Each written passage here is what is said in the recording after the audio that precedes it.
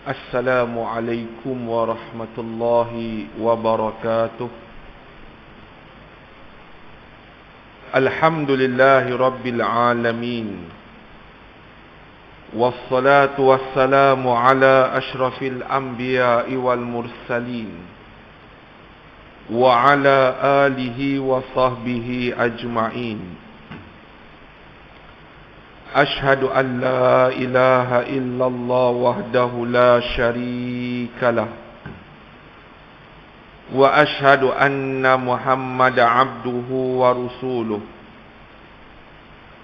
اللهم إنا نسألك علما نافعا ورزقا طيبا وعملا متقبلا. Ya Allah, kami mohon kepadamu ilmu yang memberikan manfaat. Kami mohon kepadamu rezeki yang baik. Dan kami mohon kepadamu amalan yang diterima. Wala hawla wala quwwata illa billahil aliyyil azim. Tuan Imam yang bertugas, Tuan Muazzin, pengerusi bersama dengan jawatan-jawatan kuasanya, para asatizah, anak-anak qaryah, muslimin, muslimat yang dirahmati Allah sekalian. Alhamdulillah, pada malam ni kita bertemu lagi dalam ruangan pengajian yang akan kita mengupas sepotong hadis Nabi sallallahu alaihi wasallam. Diam tak diam kita lah berada pada bulan Sya'ban, 8 Sya'ban tahun 1443. Bermakna setelah kita berada pada bulan Sya'ban, menandakan sikit saja masa kita akan beranjak ke bulan Ramadan Al-Mubarak.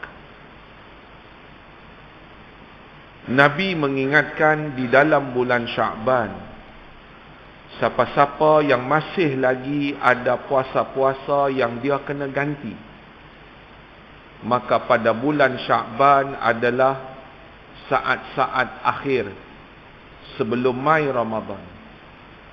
Kalau ada puasa ganti, dia duk tangguh sehinggalah bertemu satu Ramadan. Pada hari yang dia tangguh itu, satu puasa dia kena bayar fidyah. Manakala dia dapat dosa dan dia tetap kena menggantikan puasa yang dia tinggal. Sama ada kerana dia mengalami keuzuran, ataupun dia dengan masalah wanita. Tuan-tuan yang dirahmati Allah sekalian, maka kena bayar hutang. Dan hutang ini adalah melibatkan antara kita dengan Allah Azza wa Jalla. Hadirin mukminin yang dirahmati Allah sekalian, sebab itu kita kena tanya, sebagai ketua keluarga, kena tanya anak perempuan kita, kena tanya anak laki kita, hak puasa lepas ada demam 2-3 hari tak larat buka puasa, kita kena peringatkan, dah bayar ke belum hutang ni? Pasal kita lah 8 Sya'ban. Hadirin mukminin yang dirahmati Allah sekalian. Demikian Aisyah radhiyallahu anha melaporkan Nabi banyak puasa sunat pada bulan Sya'ban. Dan kita ni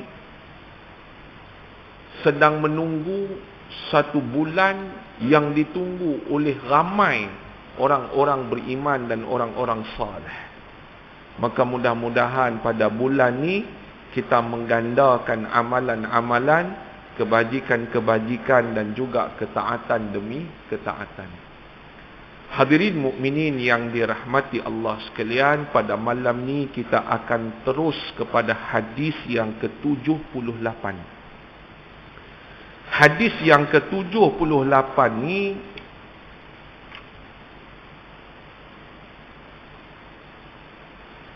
adalah hadis yang berkaitan dengan jangan duk bertangguh. Lawan kepada bertangguh ialah bersegera. Daripada Ibnu Umar radhiyallahu anhuma katanya. Tuan-tuan, siapa dia Ibnu Umar ni? Ibnu Umar ni adalah Abdullah bin Umar Al-Khattab radhiyallahu anhuma, anak kepada Umar khalifah yang kedua, adik-beradik kepada Hafsah, isteri kepada Nabi sallallahu alaihi wasallam. Kita dah banyak kali jumpa nama Ibnu Umar ataupun Abdullah bin Umar, dan kita ulang sekali lagi, Ibnu Umar atau Abdullah bin Umar adalah satu orang sahabah yang sering mencari apa dia yang Nabi buat, dia tak buat lagi. Sehingga sunnah-sunnah yang kecil, sunnah-sunnah yang ghairu tashri'iyah, bukan dituntut pun, Ibnu Umar melakukan kerana atas nama cinta kepada Nabi sallallahu alaihi wasallam. Baik. Daripada Ibnu Umar radhiyallahu anhuma katanya, Rasul sallallahu alaihi wasallam memegang dua bahuku seraya menasihatiku. Nabi pegang bahu Umar, Ibnu Umar, kemudian nasihat kepada Ibnu Umar. Macam itulah antara metod, cara, pedagogi satu orang guru atau ayah ketika menasihati anak atau anak murid. Ada kalanya dia bercakap secara langsung tanpa memegang, tetapi nak menunjukkan keakraban dan nak menunjukkan bahawa benda itu satu benda yang sangat penting, sehingga Nabi pegang. Dan bila pegang itu, dia ada rasa satu kelainan, ada sesuatu yang Nabi nak sampaikan yang sangat penting. Sebab tu ada kala kita nasihat anak kita ni, pegang, sama ada tangan dia ke, sama ada bahu dia ke, dia rasa lain. Orang yang dengar tu dia rasa lain. Demikian Ibnu Umar radhiyallahu anhuma. Ketika mana Rasul sallallahu alaihi wasallam memegang dua bahuku dan menasihatiku, kata Nabi, kun fid dunya ka'annaka gharib aw 'abirus sabil. Nabi menasihati, jadilah kamu hidup di atas dunia ini ka'annaka gharib. Gharib maksudnya ialah orang yang asing. Umpamanya kita baru mai ke Kemunting, tak kenal siapa pun, kita ini adalah gharib, orang asing. Kata Nabi lagi, duduk di atas dunia, sementara hidup ni au abirus sabil. Kalau tak dapat jadi macam orang asing, maka kita jadi semacam orang yang safar, orang yang bermusafir, nak pergi satu tempat, singgah di satu tempat, saat saja, abiris sabil, saat saja. Wa kana Ibnu Umar radhiyallahu anhuma yaqul. Baik, lepas daripada ni perkataan Abdullah bin Umar. Ia bukan perkataan Nabi. Ia disebut sebagai asar. Asar. Asar ni apa? Asar ni ialah nasihat dan perkataan-perkataan yang mai daripada sahabah ridwanullahu alaihim. Nama dia asar, bukan hadis. Nama dia asar. Baik. Apa perkataan Ibnu Umar radhiyallahu anhuma? Iza amsayta fala tantaziris sabah, wa iza asbahta fala tantaziril masa. Kata Ibnu Umar, apabila kamu berada pada petang hari, maka jangan kamu tunggu sehingga menjelang waktu pagi. Wa iza asbahta, apabila kamu berada pada waktu pagi, fala tantaziril masa, jangan sampai kamu menunggu sehingga waktu petang. Wahuz min sihatika limaradika, wa min hayatika limautika. Kata Ibnu Umar, ambillah dari masa sihatmu sebelum datang masa sakitmu, dan dari masa hidupmu sebelum datang kematianmu. Hadis yang mula-mula kita baca saat Nabi memegang bahu Umar itu, Ibnu Umar itu terkandung di dalam riwayat Al-Bukhari. Hadirin mukminin yang dirahmati Allah sekalian. Hadis ni ada banyak nilai dan pedoman yang boleh kita belajar dan boleh kita jadikan panduan dalam kehidupan seharian. Baik, tuan-tuan tengok apa perkataan dan tulisan tuan tulis. Orang yang mengerti nilai waktu tidak membiarkan waktu habis dengan percuma, tetapi dipenuhinya dengan amal yang berguna. Ini kerana dia sedar waktu adalah umurnya, habisnya bererti kurang umurnya dan kurang pula amalnya. Padahal amal itulah persediaan hidup yang paling bermanfaat untuk sepanjang zaman. Hadirin mukminin, ada satu syair, satu puisi Arab. Ketika satu orang menyenandungkan puisi ini, dia kata wa quwwati dha'ufat wal mautu yaslibuni. Nak cerita, jangan bertangguh, masa mencemburui kita. Wa quwwati dha'ufat, kekuatan kita makin pelan, makin lemah. Wal mautu yaslibuni, kemudian kematian itu sentiasa mencari untuk menuntut kita. Makna kata apa tuan-tuan? Setiap masa yang berlalu jangan sampai kita menangguhkan hal-hal yang membawa kepada kebaikan. Yang perlu kita tangguh dan pujuk diri ialah hal-hal kejahatan, hal-hal kebatilan, hal-hal yang membawa kepada kemurkaan Allah Ta'ala. Yang ni kita kena pujuk diri, jangan duk buat. Akhirnya kita tinggal. Berbalik kepada hal yang menyeru kepada kebaikan, maka kita segera untuk melakukan. Sebab itu tuan-tuan, di dalam Al-Quranul Karim, tuan-tuan tengok bahasa yang Allah Ta'ala sebut, semua berkaitan dengan segera dan berlumba. Hal-hal yang melibatkan dengan ketaatan, kebaikan, kebajikan, semuanya Allah Ta'ala segera. Pi buat cepat. Antara lain tuan-tuan boleh tengok sebagai tambahan di dalam surah Al-Hadid ayat yang ke-21. Tengok bahasa Allah Ta'ala nak peringatkan kita. Kata Allah Ta'ala, sabiqu ila maghfiratin min rabbikum wa jannatin arduha ka'ardis samai wal ard. Kata Allah Ta'ala, bersegera, berlumbalah kepada keampunan Tuhan kamu, wa jannah, dan juga syurga. Allah Ta'ala suruh kita ni, pi cepatlah minta ampun kepada Tuhan. Ni Tuhan hampa ni duk tunggu, hampa segeralah minta ampun. Bukan hanya itu, Allah Ta'ala kata segeralah juga untuk mendapatkan syurga.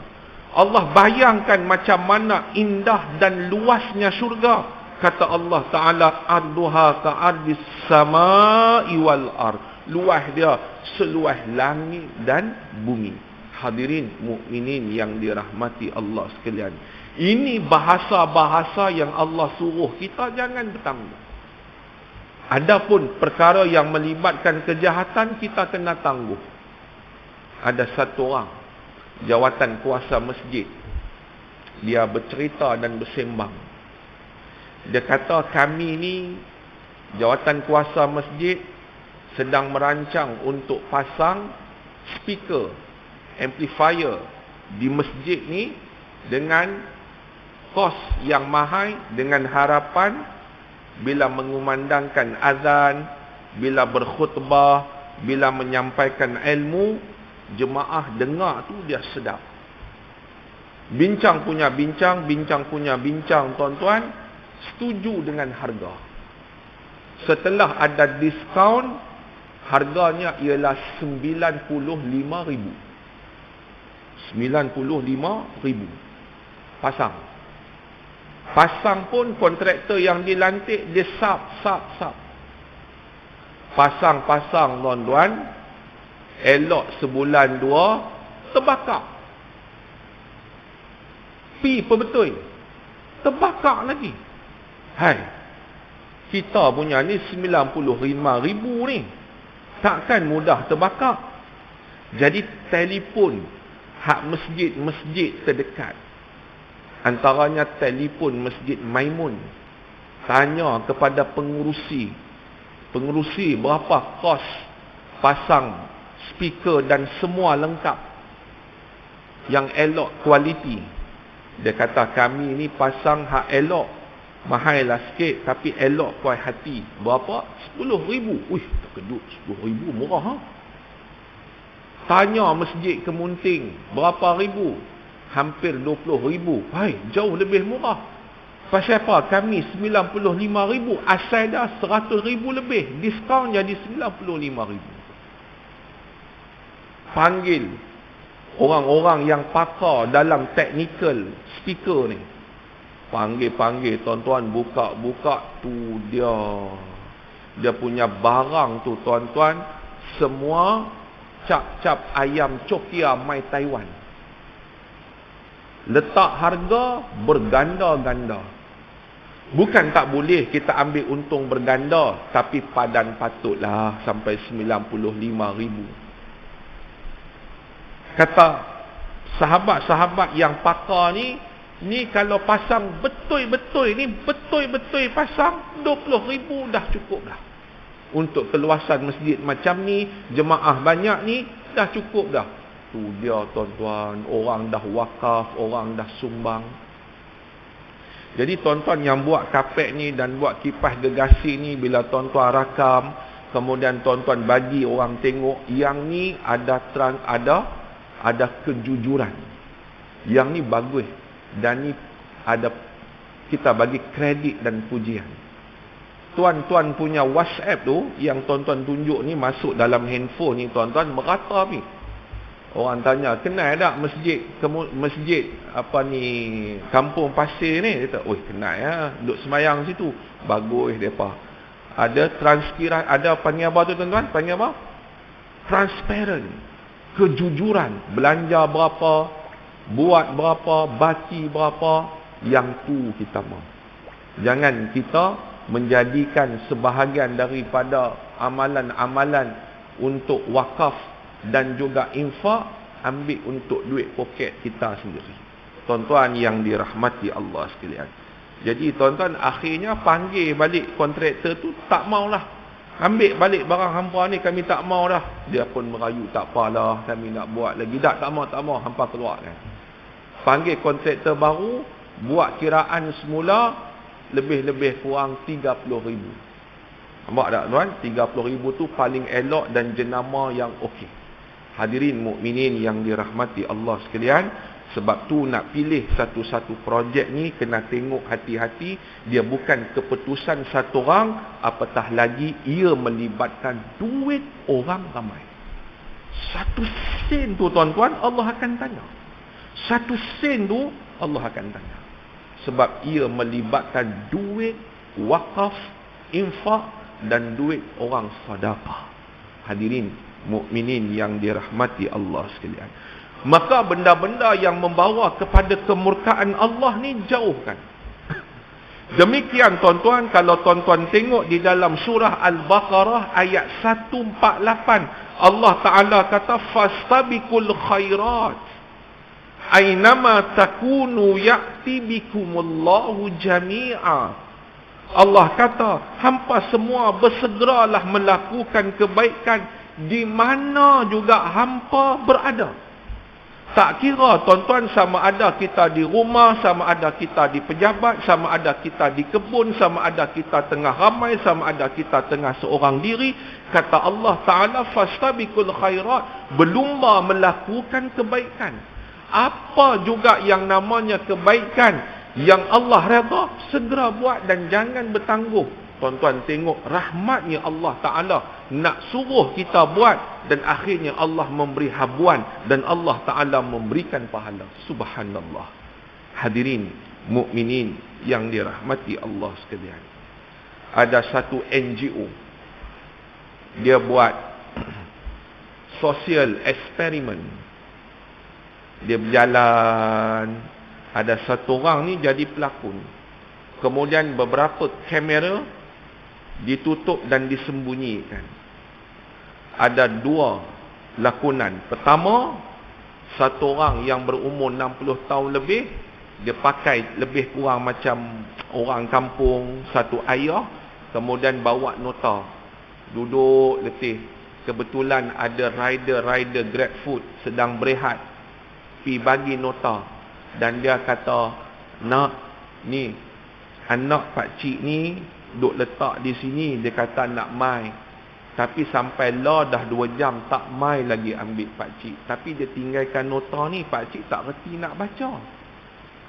Anak boleh tak ambil baca? Dia pun tengok, sak-sak dia tengok pakcik ni, dia tengok, sak-sak dia tengok pakcik. Pakcik ni kata, apa dia habaq? Habaq lah, pakcik tak reti baca. Anak muda ni kata, sungguhkah anak pakcik tulis ni? Dia kata, ya. Dia tulis, anak ni tulis, anak ni baca, tuan-tuan. Budak ni baca dengan sedih dan insaf. Budak ni kata, pakcik ni, anak pakcik kata, maaf abah, Along tak dapat nak jaga abah lagi. Abah ikutlah siapa-siapa yang abah rasa sesuai. Tuan-tuan, teriak. Padahal ni eksperimen sosial. Saja nak tengok macam mana sikap masyarakat kita. Budak ni kata, tak patutlah. Budak ni kata, jomlah duduk dengan dia. Budak ni kata dia akan usahakan. Allahu Akbar. Makna kata apa, tuan-tuan? Orang duk nak buat baik ni ramai lagi. Satu lagi eksperimen, tuan-tuan. Satu wanita, dia berlakon jadi ibu, dia ada anak kecil. Dia bawa pergi kedai, tengok harga menu, tengok-tengok anak kecil nak burger. Ma, nak burger. Ada orang saja, kamera tersembunyi. Kemudian mak dia kata, tengok harga ni berapa dek? Dia kata harga ni RM6 8 kupang contoh. Mak ni kata, mak ada RM5 je. Cashier tu, tuan-tuan, yang duk melayar ni, duk kelepok mata. Lama-lama dia tak puas hati. Dia kata, macam ni lah makcik, tak apa, bahagian saya untuk makan tengah hari ni, saya bagi dekat anak makcik. Pilihlah, saya belanja anak makcik ni nugget. Boleh tak? Tuan-tuan, ada tak orang nak buat baik lagi? Ada. Sehingga orang yang tengok tu, kemudian ada juga yang kata, tak apalah makcik, tak apa makcik, makcik pilih saja makan yang makcik nak, saya bayar. Lepas-lepas daripada tu, dia punya director, dia punya pelakon, dia tunjukkan yang sebenar. Maaf tuan, sebenarnya kami ni buat eksperimen sosial, nak tunjuk macam mana masyarakat kita. Lepas teriak dah. Maknanya berkesan benda tu, ini bukan prank. Ini nak tunjuk macam mana sosial punya eksperimen. Tuan-tuan, makna kata tuan-tuan, ramai lagi di kalangan masyarakat kita yang tengok orang susah, yang tengok orang yang ada keperluan, yang tengok orang mendesak, dia perlu, dia menawarkan diri dan menawarkan khidmat. Fastabiqul khairat. Berlumba hampa melakukan kebaikan. Tuan-tuan, siapa di kalangan para sahabat ridwanullahu alaihim yang tangan dia sampai dulu, tak lain dan tak bukan ialah Abu Bakar As-Siddiq radhiyallahu anhu. Ketika mana Nabi sallallahu alaihi wasallam habaq siapa nak infak untuk membiayai belanja peperangan, Umar mai, Osman mai, para sahabat mai, yang miskin pun mai, yang tak dapat bagi banyak, bagi segenggam kurma. Umar bawa sebahagian harta. Nabi tanya, apa yang tinggal hang bagi banyak ni? Ada sebahagian lagi untuk keluarga aku. Abu Bakar mai, Abu Bakar bagi semua. Kata Nabi kepada Abu Bakar, apa yang tinggal untuk hang? Tuan-tuan, apa jawab Abu Bakar? Yang tinggal untuk aku hanya Allah dan Rasulnya. Allahu Akbar. Tuan-tuan tengok bagaimana jawapan Abu Bakar As-Siddiq radhiyallahu anhu. Sebab itu tuan-tuan, Abu Bakar mana-mana pintu syurga dia layak untuk masuk. Kita duk buat Isra' dan Mi'raj. Dalam Isra' dan Mi'raj itu tuan-tuan, ada bahagian cerita Abu Bakar As-Siddiq. Abu Bakar As-Siddiq bila sebut tentang iman, dia dulu fastabiqul khairat. Bila Nabi balik, Nabi cerita dekat Abu Jahal. Abu Jahal kata, Muhammad hang cerita ke aku ni elok, boleh tak? Sat lagi aku panggil ramai orang, hang cerita ke orang lain. Bukan harapan Abu Jahal and the gang supaya orang dengar dan beriman, tetapi untuk istihza, untuk mereka memperolokkan, untuk mereka gelak dan ketawa. Sebelum tu Abu Jahal and the gang pergi jumpa Abu Bakar As-Siddiq. Kata Abu Jahal and the gang, hal laka ila sahibika yaz'amu asra bihi laylah ila baitil maqdis. Ni Abu Bakar pun nak habaq ke hang ni. Hang percaya ke Muhammad duk habaq kata pergi Baitul Maqdis? Sebelum siang dia dah balik, pi malam sebelum siang balik dah. Tuan-tuan, apa jawab Abu Bakar? Au qala zalik. Dia habaq macam tu ke? Maksudnya Rasul sallallahu alaihi wasallam kata macam tu ke? Abu Jahal and the gang kata, sungguh la in kana qala zalik laqad sadaq. Kata Abu Bakar tanpa tunggu, kalaulah yang habaq tu ialah Muhammad bin Abdullah, Rasul sallallahu alaihi wasallam, laqad sadaq, ia tentu benar. Allahu Akbar. Tuan-tuan, masa tu bayang tengok, nak pi ke Syam. Syam ni wilayah yang menghimpunkan Palestin, Syria dan Jordan. Pedagang-pedagang Arab ni nak pi saja sebulan dua. Bukan anda kenderaan macam kita hak laju. Kata mereka tak puas hati, au tusaddiquhu annahu zahaba al-lailah ila baitil maqdis wa jaa qabla ayyusbiha.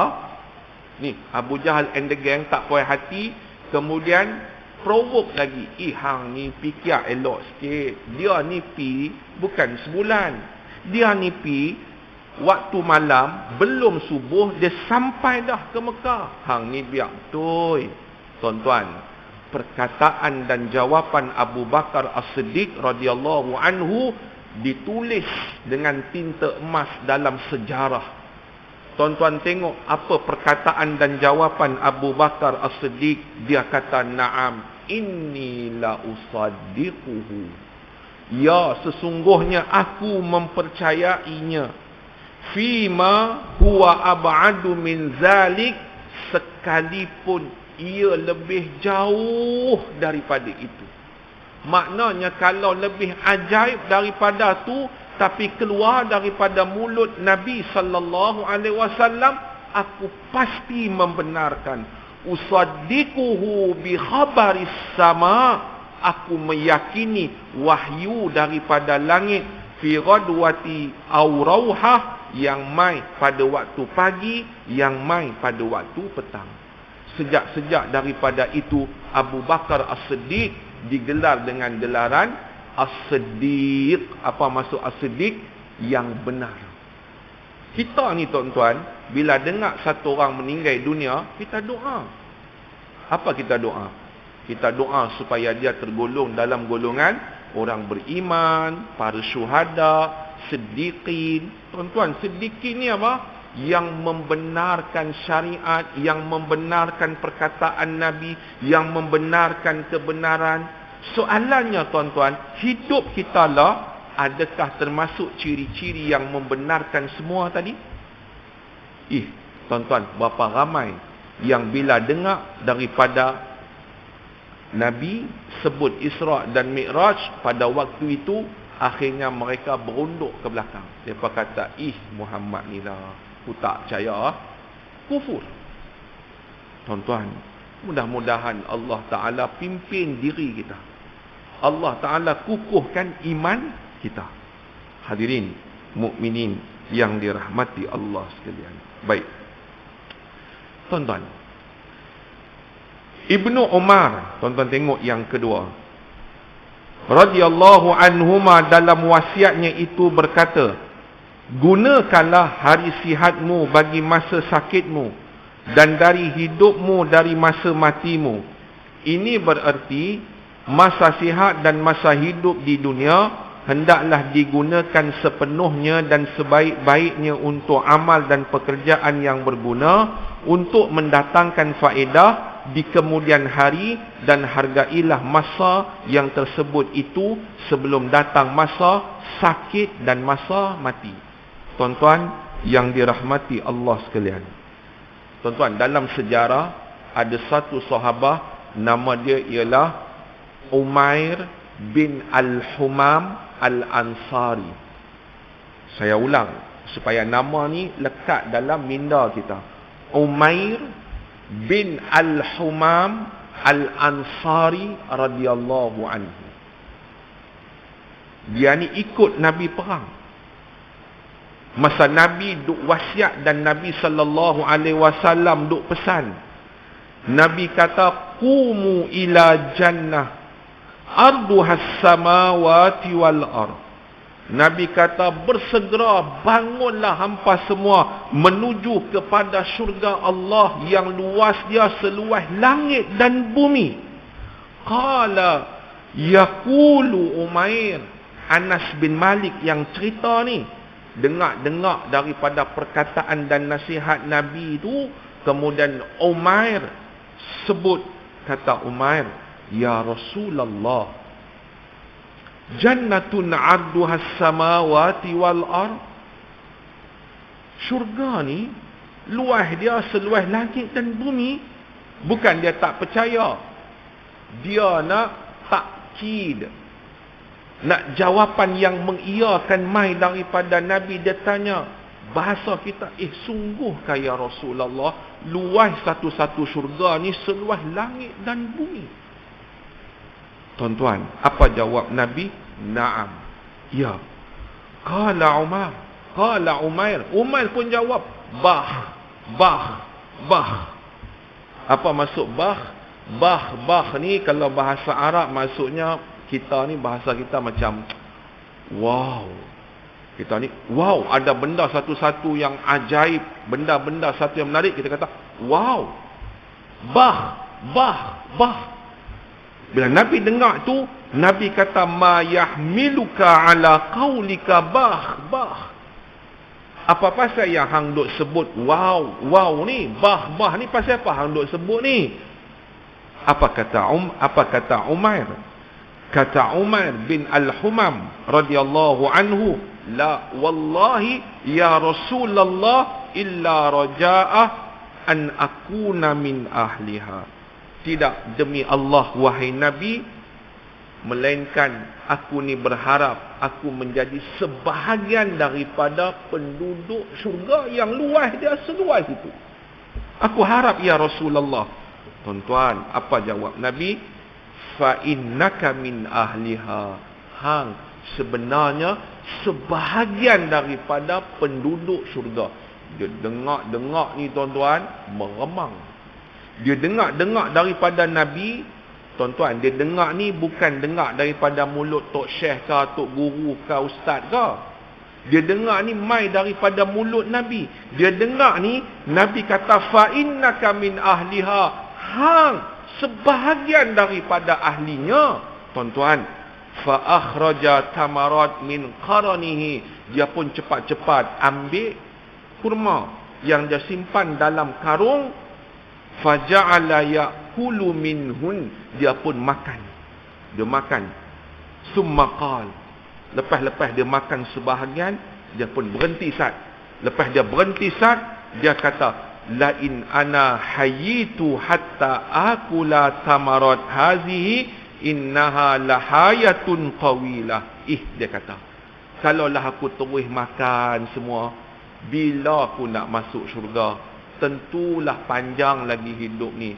Kemudian dia letak terus baki kurma yang dia duk makan, dia terus perang meluru dengan pedang. Berita yang dilaporkan oleh Anas bin Malik radhiyallahu anhu, akhirnya Umair meninggal dunia dan syahid. Lalu dia mendapat syurga, dia mendapat habuan, dia mendapat ganjaran atas apa yang dia inginkan. Tuan-tuan, bermakna apa? Di kalangan para sahabat ridwanullahu alaihim, depa bila satu sampai benda-benda kebaikan, depa tak tangguh dah. Depa segera dah. Makan pun sebahagian akhirnya tinggal. Ya, tuan-tuan, generasi yang terbaik yang kita boleh ambil pedoman daripada mereka. Yang bertangguh ni apa, tuan-tuan? Tuan-tuan tengok sejarah kematian Abu Talib.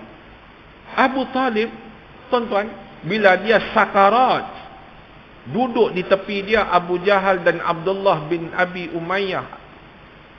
Duduk. Nabi masuk. Nabi kata, "Ya am, kul la ilaha illallah. Kalimatan ashhadu biha indallah."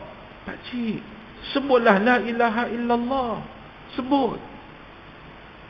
Kalimah itu nanti aku sendiri akan jadi saksi di hadapan Allah. Sesekali, tuan-tuan, Abu Talib ni dia tengok Abu Jahal. Dia tengok orang lain.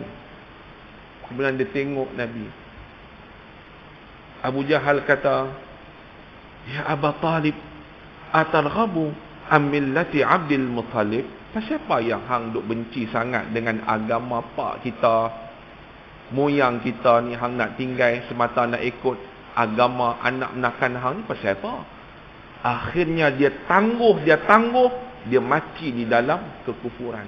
Nabi sedih tak? Allahu Akbar. Pakcik dia, pakcik yang jaga dia sejak kecil, pakcik yang dia sentiasa berada di dalam lindungannya, akhirnya mati dalam kekufuran. Akhirnya Nabi kata, "Wallahi la astaghfiranna laka ma lam anha anka."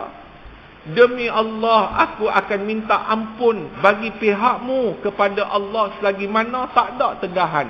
Lepas-lepas daripada tu turun ayat 113 daripada surah At-Taubah. Allah tegah minta ampun kepada orang-orang yang mati dalam keadaan kafir atau kekufuran. Allah, tuan-tuan, ni bahaya kalau satu-satu orang dia tangguh kebaikan, akhirnya dia mendapat keburukan dan kemurkaan Allah Ta'ala. Hadirin mukminin yang dirahmati Allah sekalian. Cerita lagi, tuan-tuan. Abu Sa'id Al-Khudri radhiyallahu anhu, dia musafir bersama dengan kaum muslimin yang lain. Dia bermalam, akhirnya jumpa satu kampung. Minta dekat kampung tersebut nak bermalam dan sedikit makanan. Orang kampung tu tak bagi. Akhirnya dia tidur di tepi pinggir kampung.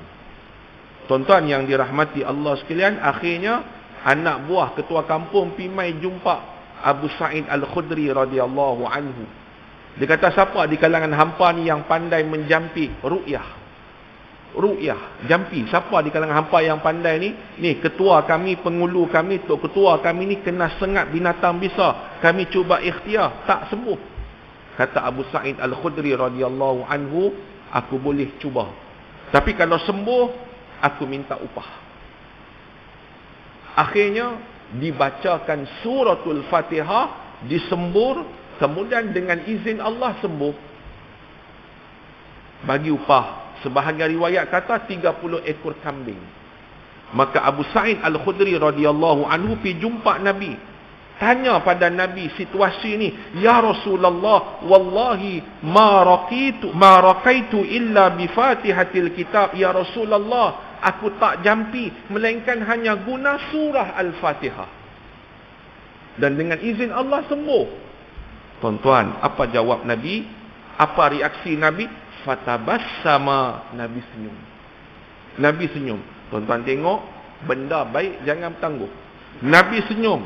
wa qala sallallahu alaihi wasallam wa ma adraka annaha ruqyah. Hang tak tahu ke suratul Fatihah adalah ayat yang ampuh untuk menjampi. Sekali lagi saya bagi tahu macam mana tuan-tuan nak menjampi dengan suratul Fatihah. Summakal, kemudian Nabi kata, khudhu minhum, ambil apa yang depa bagi kambing tu, ambil, wadribuli yashimu ma'akum, dan aku nak sebahagian daripada apa yang hampa dapat. Makna kata apa? Orang yang merawat ni boleh tak dia ambil upah sikit? Boleh. Orang yang mengajar ni boleh tak dia ambil upah sikit? Boleh. Tapi padan patut jangan melampau. Baru hembus ayat dengan Fatihah, berapa ni ustaz? Tak mahal lah, kira 1,000. Tu dia hai 1,000. Padan patut lah tuan-tuan, pengsan berdiri.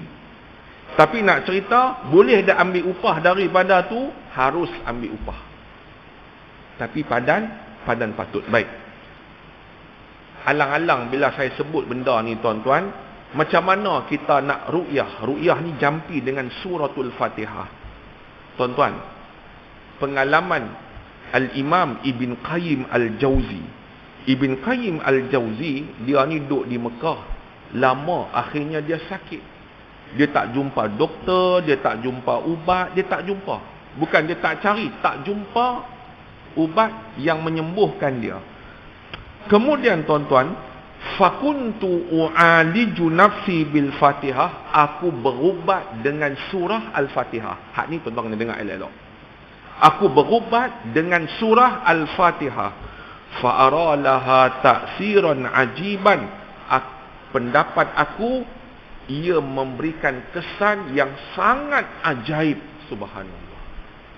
Dengan surah Fatihah ni sangat ajaib. Akhizu syurbah min ma'i zamzam wa akrahuha 'alaiha miraran thumma ashrabahu fawajadtu bizalikal bar at-tam. Aku ambil ayat Zamzam, aku membacakan berulang kali suratul Fatihah, kemudian aku minum, aku dapati aku sembuh dengan kesembuhan yang sempurna. Subhanallah. Ya Rabb, tuan-tuan tengok macam mana hebatnya surah Al-Fatihah. Ada hadis qudsi pasal surah Al-Fatihah.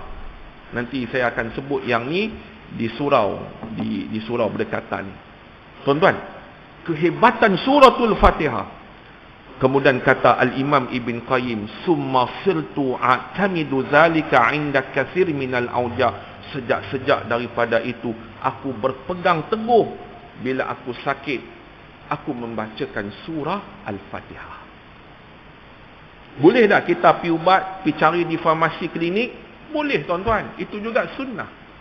Boleh tak kita guna sebagaimana ikhtiar ni? Ini juga sunnah. Tuan-tuan, cara dia macam mana? Tuan-tuan ambil ayat, baik sakit apa? Orang kena sampuk, sakit perut, sakit apa pun. Tuan-tuan ambil ayat, kalau ada ayat Zamzam lagi baik. Kemudian bacakan suratul Fatihah. Berapa kali? Miraran. Beberapa kali.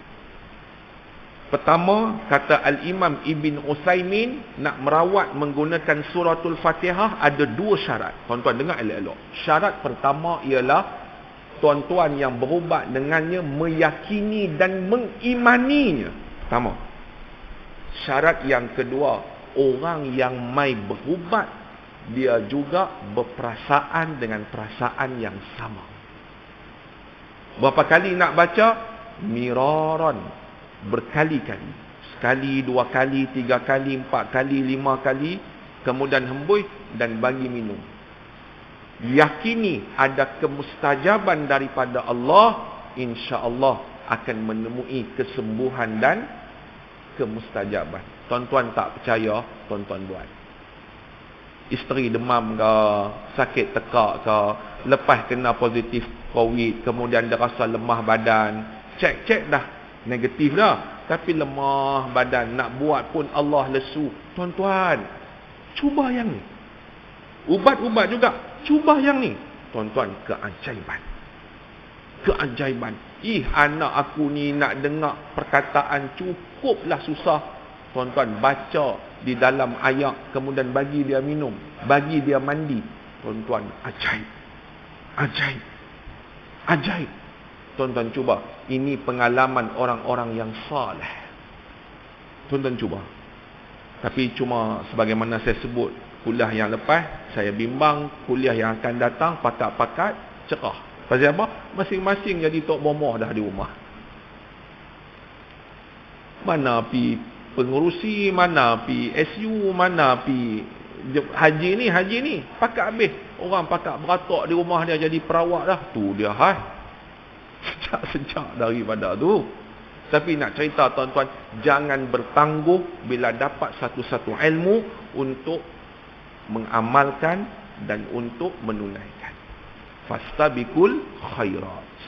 Hadirin mukminin yang dirahmati Allah sekalian, mudah-mudahan ada kebaikan pengajian kita pada malam ni.